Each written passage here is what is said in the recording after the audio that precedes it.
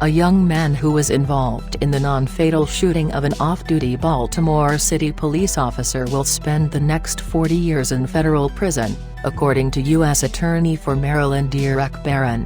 While this sentence cannot remove the pain and suffering caused by Nesmith's actions, hopefully, it will bring his victims and their families some measure of peace, said Barron at a news conference. Prosecutors say that Rashad Nesmith, who was 19 years old at the time of his indictment, was a member of two gangs that terrorized East and West Baltimore, according to a document recommending the 40-year sentence.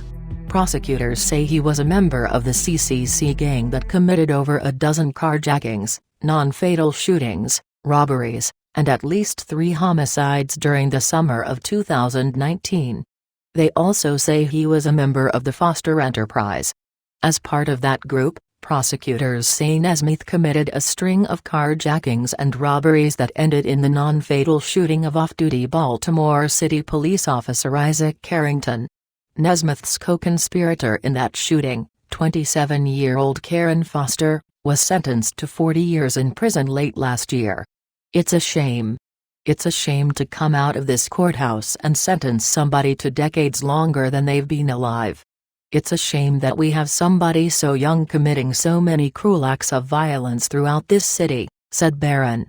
Back in August, Barron zeroed in on Baltimore City's rising crime rates with a zero-tolerance policy. He announced a 3-pronged plan to crack down on criminals using what he describes as an Al Capone model of prosecution. "I have directed my staff to investigate and prosecute repeat violent offenders for any and all wrongdoing that meets our priorities, especially fraud. This Al Capone model of prosecution is designed to take violent people off the streets by any legal, appropriate means necessary," he said. The plan also includes the hiring of more prosecutors, investigators, and analysts.